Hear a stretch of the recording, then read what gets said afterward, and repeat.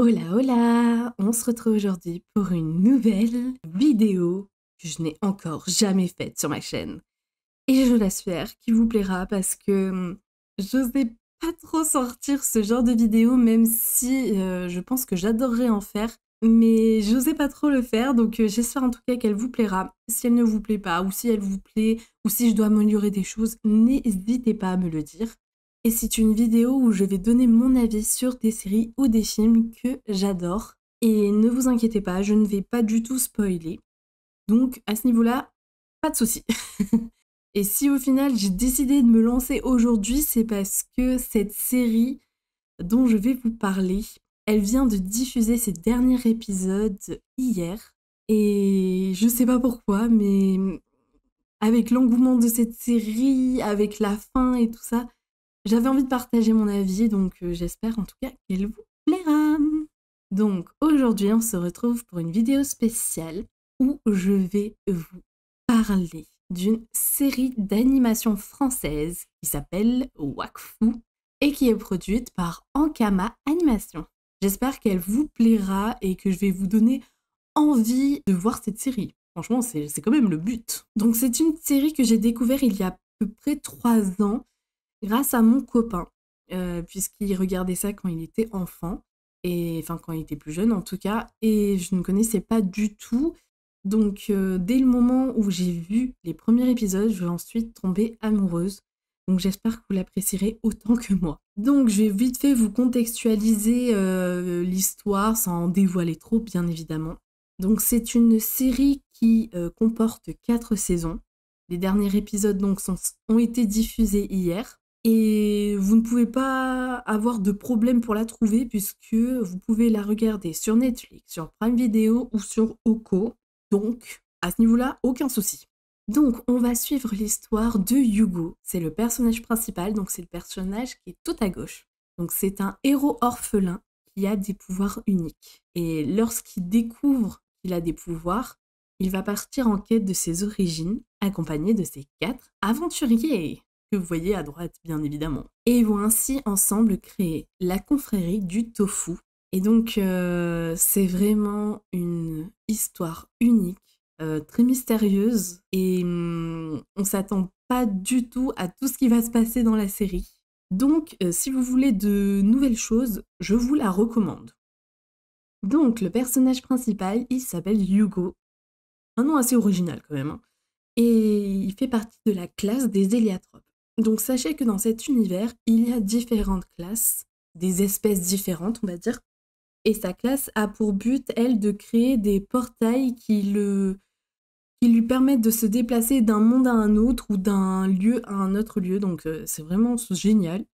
Et pendant toute la série, je vous le dis, on se pose la question de savoir ce qu'il y a sous ce chapeau.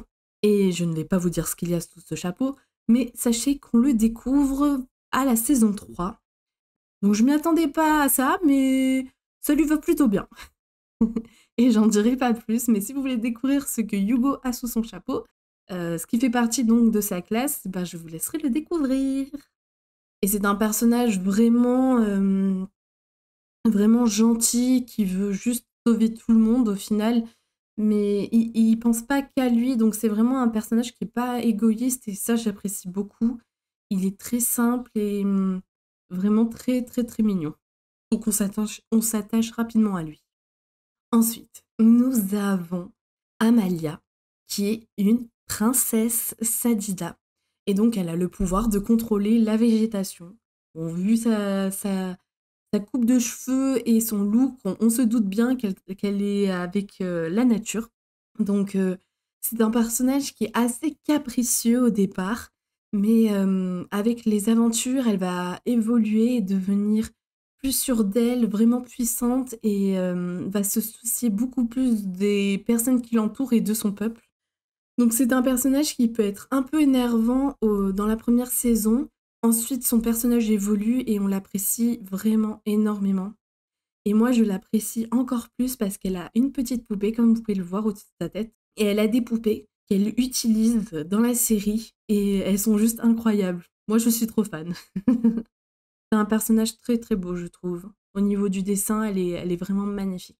Donc là, vous voyez une Sadida, mais femme. Et je vous dis, les Sadida hommes ont une particularité un peu plus unique, on va dire, qui est assez spéciale. Et je vous laisserai le découvrir si vous voulez. En tout cas, dans la série, on voit plein de Sadida tout le temps. Donc, si vous voulez voir un Sadida homme, je les trouve très beaux, très classe aussi, mais assez différents quand même des femmes.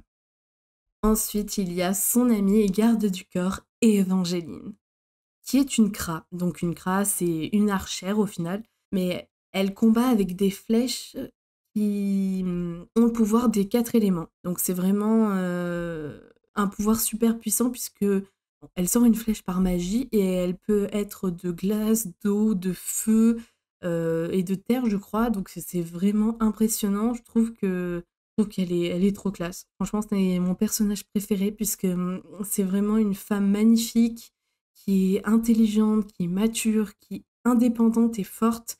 Et je la trouve vraiment incroyable. J'ai eu un gros coup de cœur dès le départ pour elle. Et elle change pas énormément dans la série, mais elle reste toujours incroyable.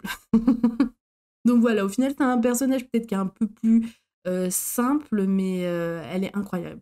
J'espère que vous serez aussi fan d'elle que moi. Alors, nous avons également le crétin de service, comme on pourrait dire, Monsieur Tristepin, qui est donc un yop. Un yop, qu'est-ce que c'est? C'est donc un guerrier qui est très fort et donc qui se bat avec ses poings ou avec une épée. En l'occurrence, Tristepin, là, se bat avec une épée qui est assez spéciale. Et je ne vous en dirai pas plus également.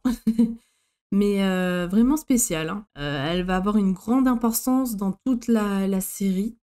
Et sachez que cette classe est assez rabaissante, on pourrait dire dans un sens, puisqu'elle est considérée pour ne pas avoir de cerveau ni d'intelligence. Ce qui fait que le personnage est vachement drôle, mais il peut être très exaspérant par moments. T'as pas forcément besoin de beaucoup d'intelligence pour savoir ou pour faire certaines choses. Mais c'est ce qui rend au final le personnage vachement attachant. On s'attache rapidement à lui. Et son évolution est juste incroyable aussi, vraiment. Bon, niveau intelligence, pas tant que ça, mais, mais il est vachement attachant. Et pour finir, nous avons Ruel. C'est donc un ami du papa adoptif de Hugo. Il va suivre Hugo dans ses aventures pour prendre soin de lui, mais également pour l'aider à retrouver sa famille. C'est comme un deuxième père au final pour Hugo. C'est un personnage qui est quand même assez énervant, puisqu'il s'agit d'un Énutrophe. Un Énutrophe, c'est un personnage qui est extrêmement radin.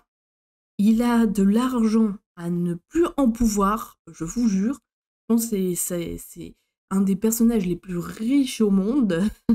Et malheureusement, ils sont très très radins et ils sont toujours prêts à arnaquer pour avoir toujours plus d'argent.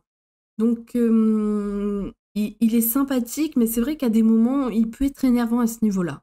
Quand il faut dépenser de l'argent dans l'aventure, bien évidemment, les autres en ont pas, mais lui, il en a des tonnes et il veut jamais en dépenser, donc je vous jure que c'est énervant des fois. Mais sinon, c'est quand même un personnage qui a une belle histoire, une histoire intéressante.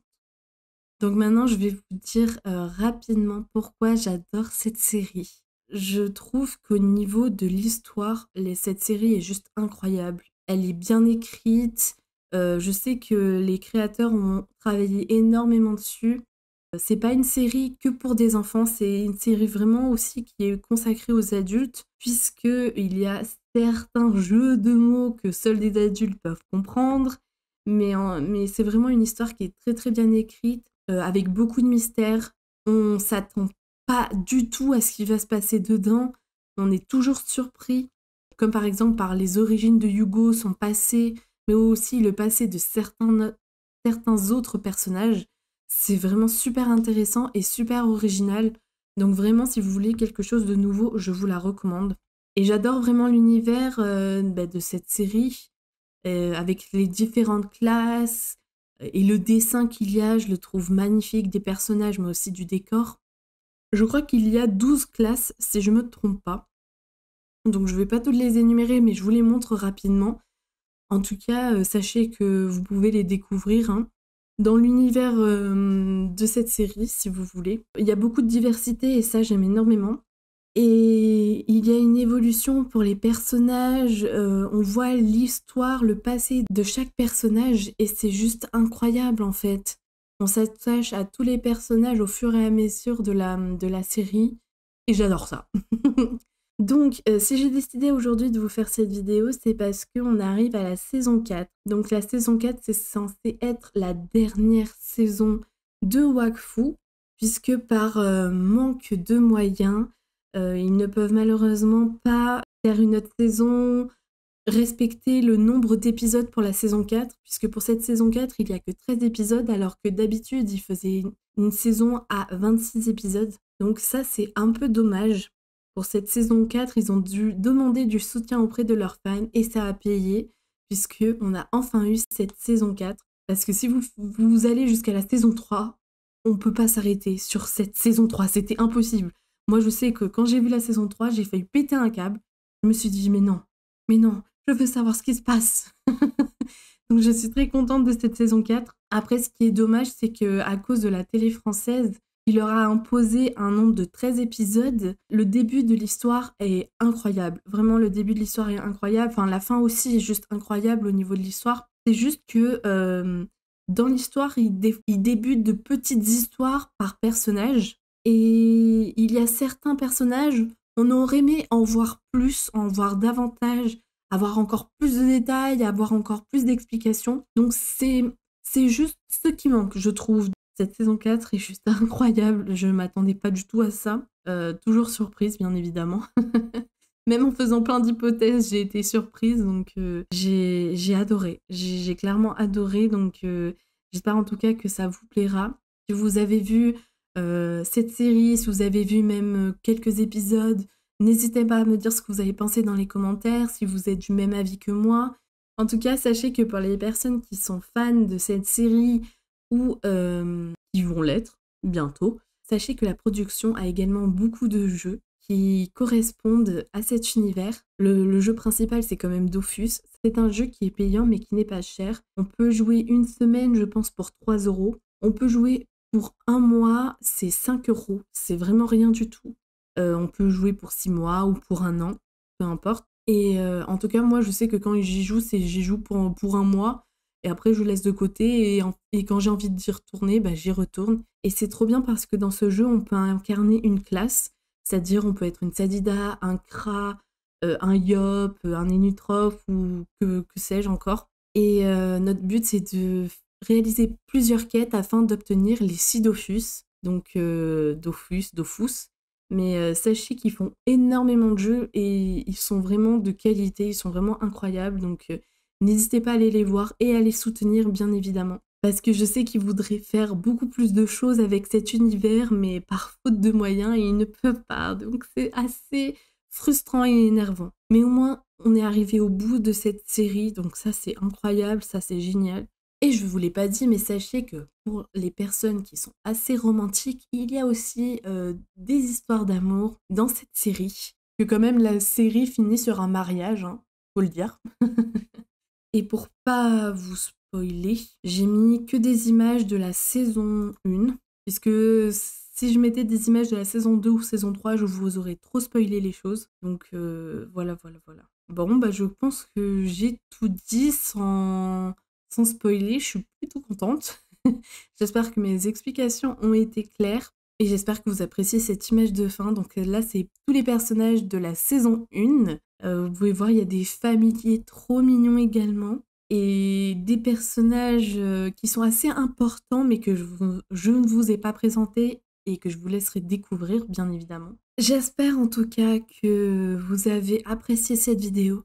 N'hésitez pas du tout dans les commentaires à me dire si vous avez aimé, si vous n'avez pas aimé, si vous en voulez encore ou si vous n'en voulez pas. Et bien évidemment, si je dois améliorer quelque chose, dites-le moi, n'hésitez surtout pas. Et si je vous ai donné envie de découvrir cette série, je serai la plus heureuse du monde. Et s'il y a déjà des personnes qui connaissent, j'aimerais bien savoir quel est votre personnage préféré. Moi, c'est Evangeline. je changerai pas d'avis. Et c'est vrai que Amalia, je l'aime de plus en plus. En tout cas, c'est le personnage que je joue quand je suis sur Dofus. Donc, bref, je vous remercie énormément pour votre soutien. Je vous remercie également d'avoir regardé cette vidéo. N'oubliez pas de venir sur Instagram et Discord pour venir peut-être papoter de cette série. Je vous laisse, j'arrête de parler. Et je vous fais de gros bisous bisous.